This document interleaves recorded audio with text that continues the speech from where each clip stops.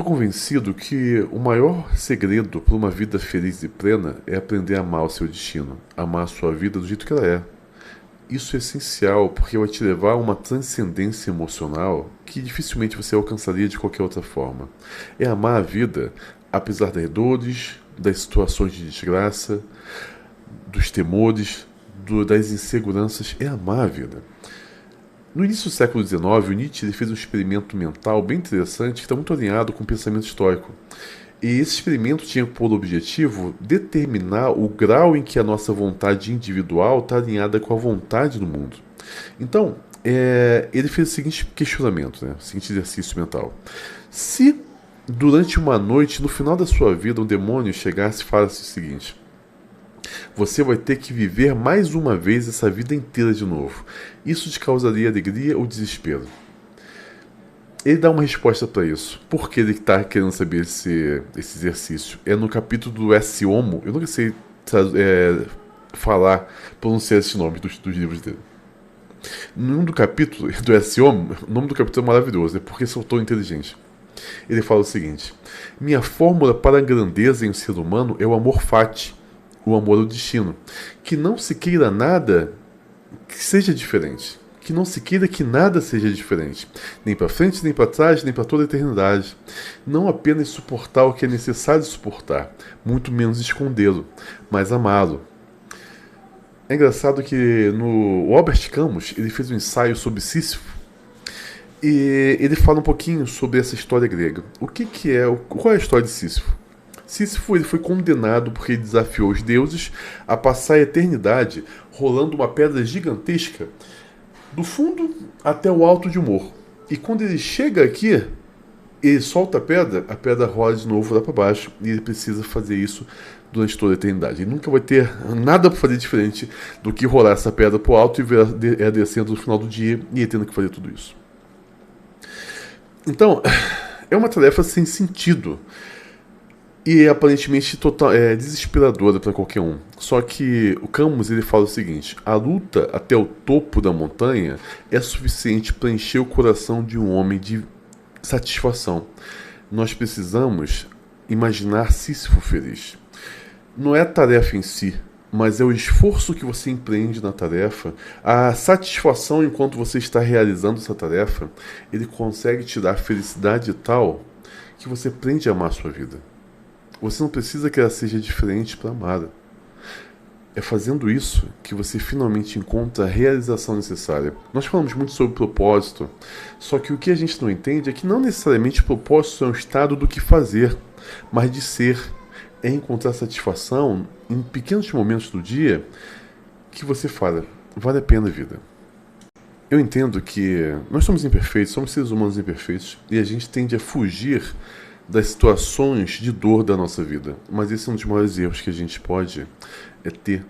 Porque existe um motivo para as dores acontecerem. Existe um motivo para as dores aparecerem. E tudo isso, na verdade, está contribuindo para nós nos tornarmos homens melhores.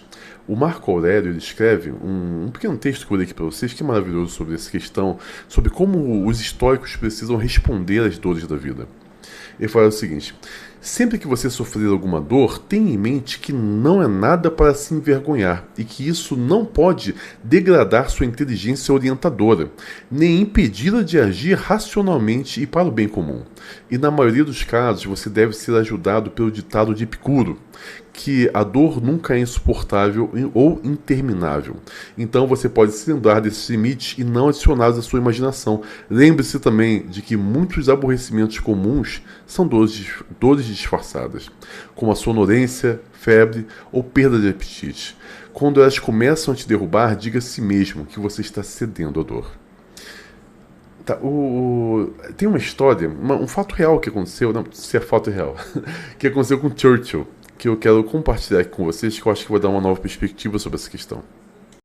Churchill, ele ainda não era primeiro-ministro da Inglaterra, ele acabou sendo atropelado por um carro. E, cara, esbagaçou ele, coitado. Ele ficou semanas no hospital internado. Ficou todo quebrado, quebrou várias costelas, quebrou perna, se quebrou todo. Mas acontece que no momento do acidente, quando os policiais chegaram para tentar entender, ele fez questão de falar, não, a culpa é minha. E tudo quebrado lá. Ele falou, não, a culpa é minha. O motorista não teve nada a ver com isso. Posteriormente, ele fala que a grande preocupação dele é que essa situação que ele passou não fosse prejudicial para a carreira do motorista, porque o motorista estava desempregado e estava passando uma situação muito difícil. Tanto é que quando ele vai visitar Churchill no hospital, Churchill dá dinheiro para ele, fala, não, tá aqui um dinheiro para você ajudar a se manter. Quem ajuda é o outro superlado, né? E Churchill, ele sempre entendeu o seguinte, não importam as dores que nós possamos passar, essas dores estão cooperando para forjar na gente um caráter para que nos ajude a desempenhar a nossa função no mundo. Esse entendimento foi fundamental, porque tempos depois, Churchill foi primeiro-ministro da Inglaterra e ele lutou praticamente sozinho contra a Alemanha, né? Bigodista. E deixa eu falar uma coisa que é difícil a gente entender. No início, a Inglaterra lutou sozinha, não teve aliados. A Inglaterra lutou sozinha, estava tomando bomba na cabeça diariamente da Luftwaffe, e enquanto todo mundo falava para ele, vamos nos render, ele falou, não, a gente vai lutar. Tanto que ele fala em um discurso, a nossa política tem que ser fazer guerra, e a gente vai lutar. E ele luta, ele lidera, e graças a esse exemplo de luta que ele tem, de persistência, de resiliência, e falar, a gente não vai desistir. O exército inglês, eles quase foram dizimados, cara, porque ninguém estava acostumado com os planos de guerra dos bigodistas. Por um acaso, fato, só abrir um parênteses. Eu gosto dessa questão de guerra. Os planos de batalha eram franceses, que o cara que escreveu como deveriam lutar foi apresentado na França, foi totalmente ignorado, caiu na mão dos bigodistas, e ele falou, isso aqui é bom, hein, cara, vamos fazer isso aqui, esse ataque relâmpago aqui, e começou a fazer e eles estavam vencendo. E Churchill não se rendeu. Ele falou, não, a gente vai continuar lutando, a gente vai continuar enfrentando. Se Churchill não tivesse essa concepção de vida, que o sofrimento contribui para forjar um caráter, ele não teria conseguido se manter forte e impassível no momento em que estava todo mundo dizendo para ele desistir. Todos estavam dizendo, desista, vamos nos render. Ele falou, não, eu vou lutar, vamos lutar até o fim, não vamos desistir. Esse tipo de pensamento só consegue ser forjado durante uma vida de lutas. Muitas vezes, você talvez olhe para a sua vida e pense assim, poxa, minha vida é tanta luta, tanta desgraça, tanta coisa ruim, mas tudo isso está contribuindo para forjar em você um caráter firme, que te torne um homem que você vai precisar ser, ou talvez já tenha precisado ser e você nem percebeu. Isso ajuda a vida a ser vivida de forma satisfatória. O problema que a gente tem é acreditar ou sentir no nosso coração que não existe propósito nas nossas dores. É isso que causa tanto desespero. A vida simplesmente acontecendo com uma sucessão de problemas aleatórios que não tem sentido, não tem razão, não tem... É isso que é desesperador. Mas quando nós começamos a olhar para a nossa vida e pensar da seguinte forma, essas dores agora estão me tornando um homem melhor. Eu não vou ceder a elas e eu vou aprender com elas. Cada situação, na verdade, vai ser uma oportunidade para eu ser tudo aquilo que eu seja, que eu posso ser. Isso acaba nos dando uma facilidade de enfrentar a dor, porque agora existe um propósito, uma razão, e é uma razão boa para te tornar um homem melhor. Então eu quero que você entenda o seguinte, da próxima vez que você passar por algum sofrimento na sua vida, principalmente sentindo alguma dor, seja um braço quebrado, um surto de depressão, a dor emocional de que alguém te tratou mal ou te decepcionou, pense de uma forma estoica. E os estoicos pensariam, eu não gosto disso, eu queria que isso aqui não tivesse acontecido, mas pelo menos eu estou aprendendo o que é a dor. Eu estou explorando a minha tolerância a ela e eu estou crescendo por causa disso, me tornando um homem melhor.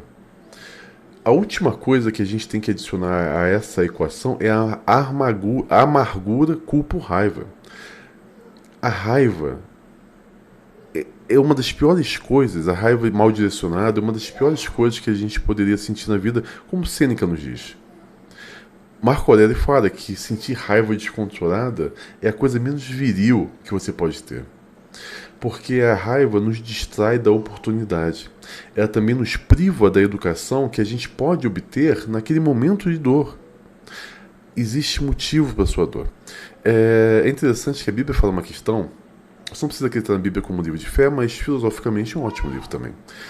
A Bíblia fala uma coisa que eu nunca esqueci e eu não entendia no início. A Bíblia fala o seguinte: é melhor uma casa com pranto, com dor, com choro, do que uma casa com alegria. Eu achava estranho. Eu falei, por que uma casa com tristeza é melhor que uma casa com alegria? Melhor uma casa com alegria. Mas eu aprendi uma grande verdade. Nós não aprendemos nada com alegria. Nós não nos tornamos mais sábios, mais fortes, nós não nos tornamos mais inteligentes, nós não nos tornamos melhores. A gente fica a mesma pessoa sempre. A dor não. A dor nos aperfeiçoa e nos torna homens melhores, mais sábios, de tal forma que a gente possa ensinar para as pessoas. Por isso que Sêneca ele fala que o infortúnio é a oportunidade da virtude. Vou colocar da forma mais simples que eu posso. Aceite a chatice da vida. Aceite as situações desconfortáveis da vida. Porque cada tropeço que você dá, cada luta, cada chance perdida, cada erro, tudo isso é um momento em que você pode praticar calma, força, coragem e resiliência. Tudo isso é uma oportunidade, é um momento para você praticar a virtude. Ser bom, ser gentil, ser paciente, ser compreensivo, ser a pessoa que você realmente gostaria de ser. Claro, isso aqui não vai ser fácil, provavelmente vai ser horrível, mas isso tudo vai te fazer ser um homem melhor. Entenda, você está sofrendo. Eu entendo isso, você está sofrendo. Talvez você esteja sofrendo há muito tempo, mas se você conseguir colocar isso em perspectiva correta, você vai ver que você está sendo aperfeiçoado. Eu sou um homem forte hoje. Sabe por quê? Eu já falei anteriormente, quando eu quebrei, eu falei, eu perdi tudo. Sabe como eu consegui me reerguer?